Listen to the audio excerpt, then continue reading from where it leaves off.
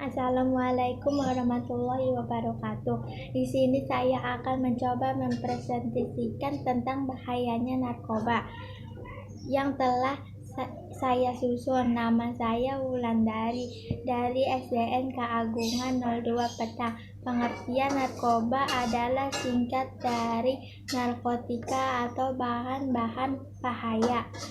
Istilah lain dari Menteri Kesehatan, narkotika psikotropika, zat adiktif. Akan tetapi zat adiktif sangat lemah menyebabkan gangguan saraf.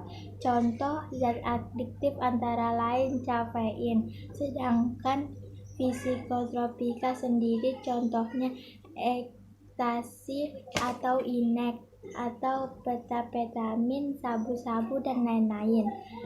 Sedangkan narkoba secara umum adalah obat-obatan yang mampu membius atau mengganggu sistem kerja saraf.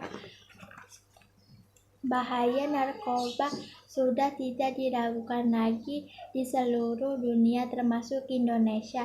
Banyak orang tergoda dengan kesenangan sesaat, padahal efek narkoba dapat merusak kesehatan bagi secara fisik dan kejiwaan.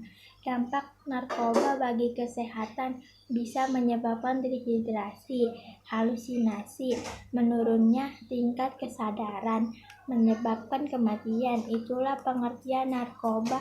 Sekian dulu dari saya, Wulandari. Assalamualaikum warahmatullahi wabarakatuh.